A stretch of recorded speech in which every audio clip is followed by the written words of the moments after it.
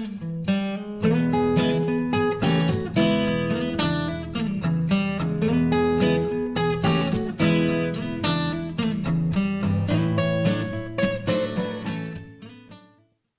and welcome to Wise About Texas, the podcast about Texas history, culture, and everything Texan. I'm your host, Ken Wise, and it's time for episode 3. Today we're going to cover one of the earliest battles of the Texas Revolution. So let's go back to 1835 and get wise about Texas.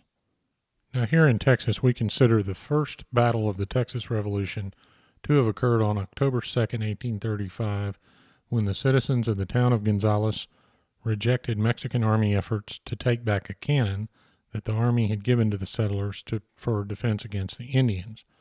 The defiant settlers drew a picture of the cannon on a tattered piece of cloth, along with the famous words, "Come and take it."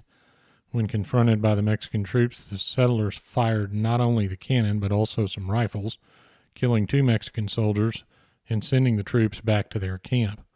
That skirmish is considered the first engagement of the Texas Revolution, but today we're going to talk about one of the first larger battles, known as the Battle of Concepcion. First, we need to set the scene and discuss the Spanish missions in Texas.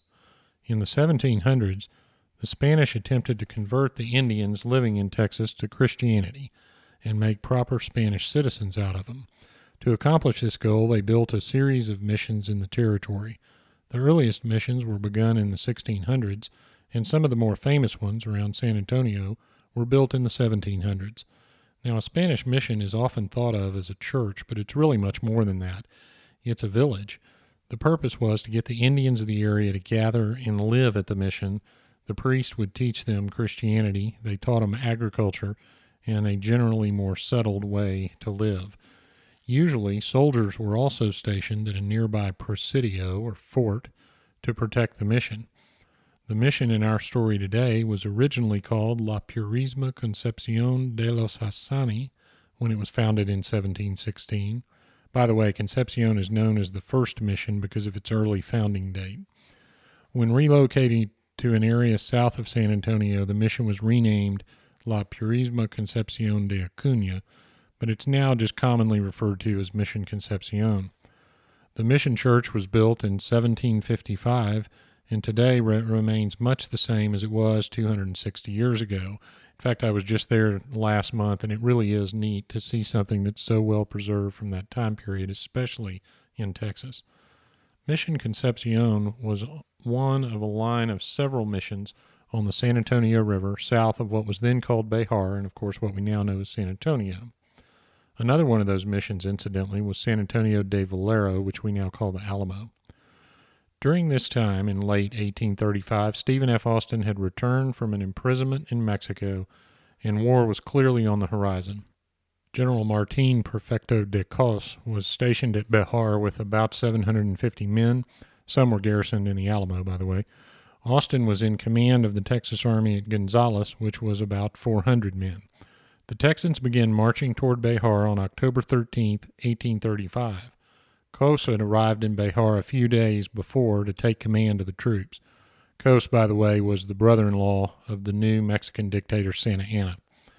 Austin and the Texas Army arrived near Behar on October the 20th and camped near Salado Creek, south of town. This was also south of the San Antonio missions. The Texans technically were laying siege to the city, but several citizens escaped the city of San Antonio, and many joined the Texans. One of the prominent citizens who escaped to join the Texans was Jim Bowie, who at the time was married to a lady named Ursula Veramendi. The Veramendis were one of Behar's most prominent families. Bowie had also persuaded some others in town to slip out and join the Texas Army. Bowie and James Fannin took command of what Austin designated the 1st Battalion, which was about 90 soldiers. Austin ordered them to locate a suitable campsite for the army closer to town. Bowie, Fannin, and his men had located Mission San Francisco de Espada, which was located south of Mission Concepcion. The army arrived at Espada on October the 27th, and Austin immediately told Bowie and Fannin to go out and find the next place that they could camp that was even closer to Behar. Now, if you read Austin's order to Bowie on October 27th, he instructed him to find a spot that had good, secure pasture for the horses and would be secure for the men also. Austin actually wrote several orders that day, and he ordered Bowie also to try and scout the edges of Behar and determine what preparations had been made, if any, to defend the town. Austin also ordered William Barrett Travis to organize a cavalry company of between 50 and 80 men. He issued an order to organize the camp, and he issued another order that talked about how the guards were to perform and the times of the guard changes, etc. It's very interesting to study those orders. Bowie and Fannin took what turned out to be 92 men and marched north to find the next suitable campsite. They inspected two missions, San Juan and San Jose, but they decided on a spot about 500 yards from Mission Concepcion. Now, they found a very interesting tactical advantage of this spot. They found a bend in the river near the mission that had two timber lines that came together like the point of a triangle. Behind these timber lines, there were cliffs, and they're described as between 6 and 10 feet. They could hide behind these cliffs, and then there was 50 to 100 yards of river bottom before the actual San Antonio River. And the Texans took advantage of this setup by splitting their force into two groups, each group taking one of the sides of that timber triangle. So the advancing Mexican army would be hit by fire from both sides, but there wouldn't be a true crossfire that would endanger the Texas Army.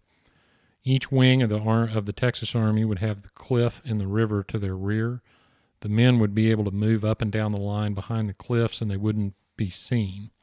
The Texans also posted lookouts in the Mission Concepcion Tower, which Bowie wrote in his battle report as, quote, overlooking the whole country, close quote. Now remember, in 1935, the tallest structure in the whole area would have been those missions.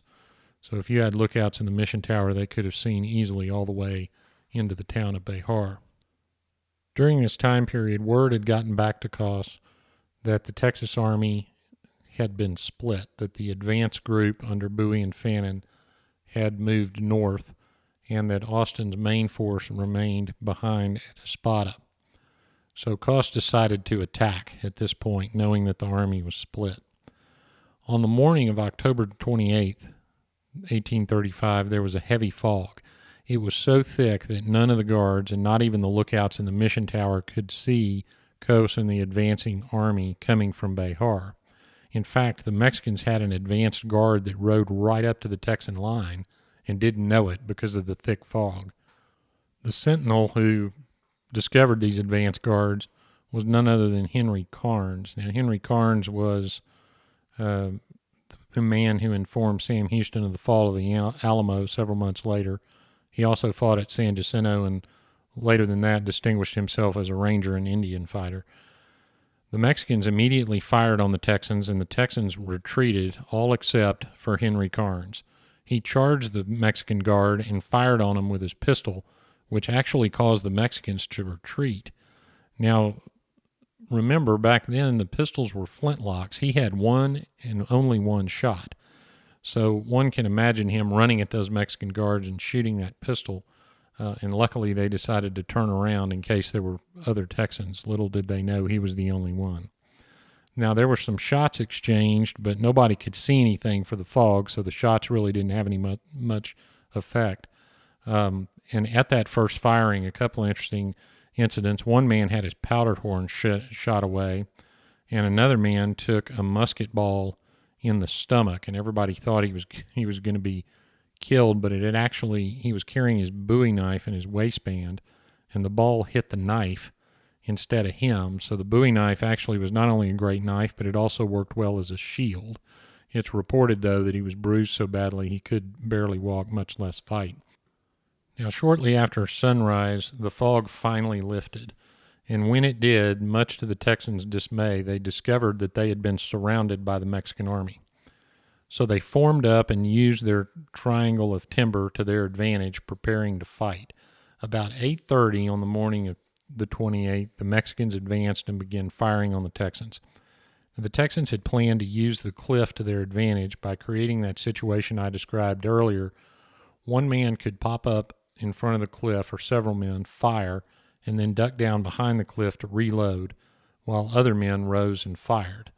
And Bowie described the Mexican fire as being, quote, one continued blaze, and he described the Texan firing as being much more deliberate but also much more deadly. After about 10 minutes, the Mexicans wheeled a cannon onto the field, onto the right flank of the army, and Fannin had command of that right flank, and they began firing. Now, this is where it got a little bit exciting. The Mexicans started firing the cannon, which is reported to have been a 4-pounder, and they were loading it with canister and grape shot. Then, at one point, when they were about to fire, Bowie reported that the cannon, quote, cannon was cleared as if by magic, close quote. Now, what he meant was that as the Mexican gun crew reached to fire the cannon, somebody on the Texan side killed the guy that was going to fire the cannon. And Bowie reported that the Texans cleared the cannon 3 times. So one guy tried to fire, he was killed. The next guy tried to fire, he was killed. The next guy came up to fire, he was killed. So 3 Mexican Army artillerymen tried to touch off that cannon, and each one died for their trouble. Bowie also noted that each time the cannon fired, the Texans would advance after the shot and almost reach the cannon. He also reported that not only was that cannon cleared 3 times, but that the charge was broken another 3 times, and that the Mexicans only got off a total of 5 cannon shots before they decided to retreat and surrender the cannon to the Texans. So you can imagine when he writes that they were checking the charge, I would imagine that meant that members of the gun crew that were trying to load the cannon were being killed as they were trying to load.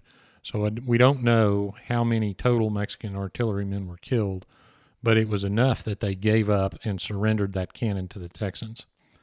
Bowie estimates that the Texans defeated a force of over 360 Mexicans, with none wounded and only 1 killed. Now, I want to mention the one Texan that died at the battle. Richard Andrews was his name. He had come from Georgia to Texas in 1827 with his brother Micah. He settled around Fort Bend, which is present-day Richmond, Texas. He later moved to a town that was then called Mena. The town of Mena became later the town of Bastrop. He joined the Army, and he ended up getting wounded in the Gonzales skirmish of October 2nd. When the Battle of Concepcion began, Bowie sent him and others from Bowie's side of the line, which was the left flank, over to reinforce Fannin. Now remember, the tactic was that you were to run behind that cliff out of sight of the Mexican army. Andrews and others, however, instead of staying behind the cliff, broke and ran across the plain and exposed themselves to the Mexican fire.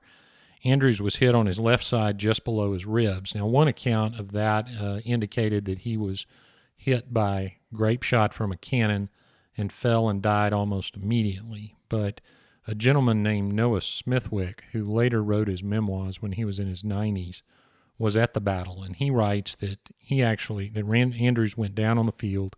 He ran to Andrews' side and tried to lift him up, at which point Richard Andrews said, "I'm killed, just lay me down." Andrews did die on the field and was the first casualty of the Texas Revolution. Now, this is interesting when you're doing historical research, to read these different reports and kind of cross-check it, because a lot of the facts tend to get muddled. Smithwick was at the battle, but wrote his memoirs in his 90s.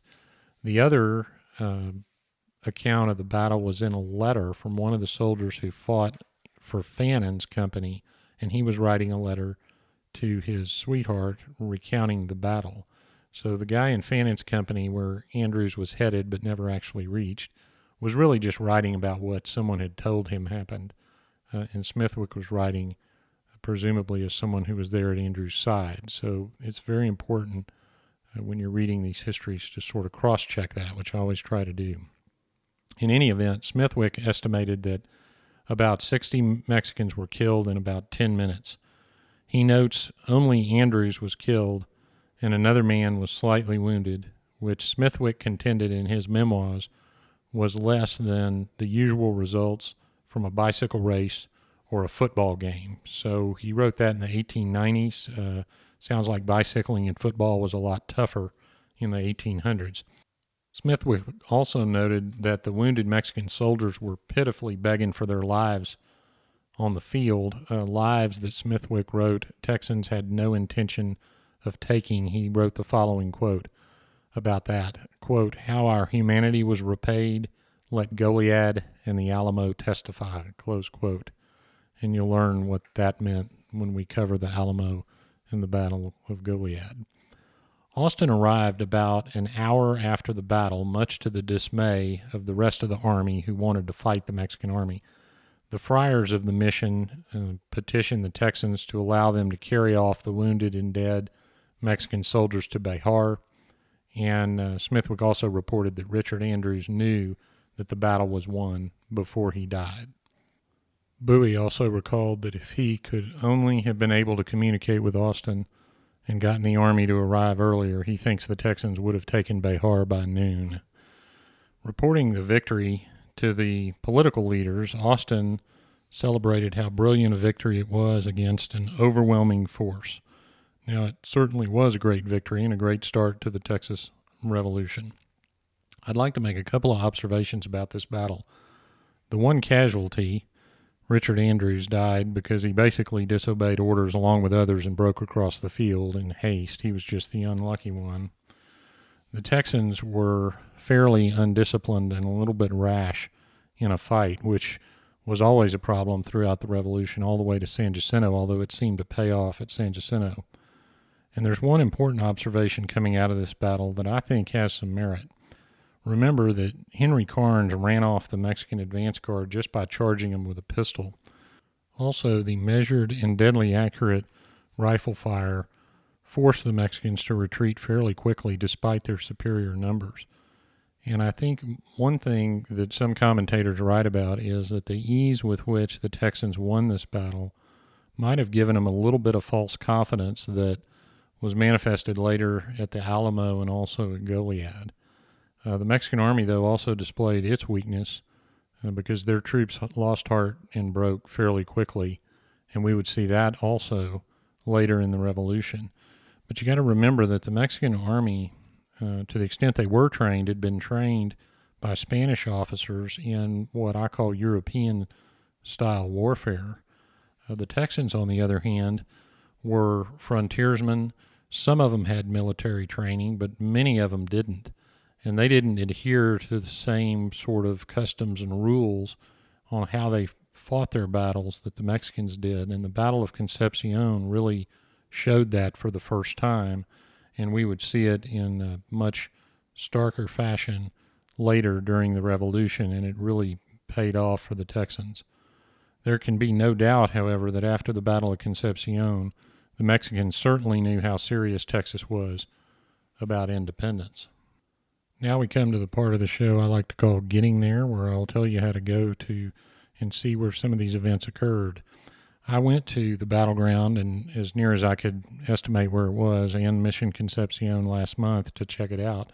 Mission Concepcion is located at 807 Mission Road in San Antonio. It is a gorgeous and very well-preserved example of the Spanish missions in Texas. The battleground is a few hundred yards to the west of the church, roughly to the west, and is now a park. And if you go stand near the western edge of that park, it's not hard to imagine what Bowie and Fannin must have seen, although the course of the river most certainly has altered since 1835. You still can get a feel for what they were looking at.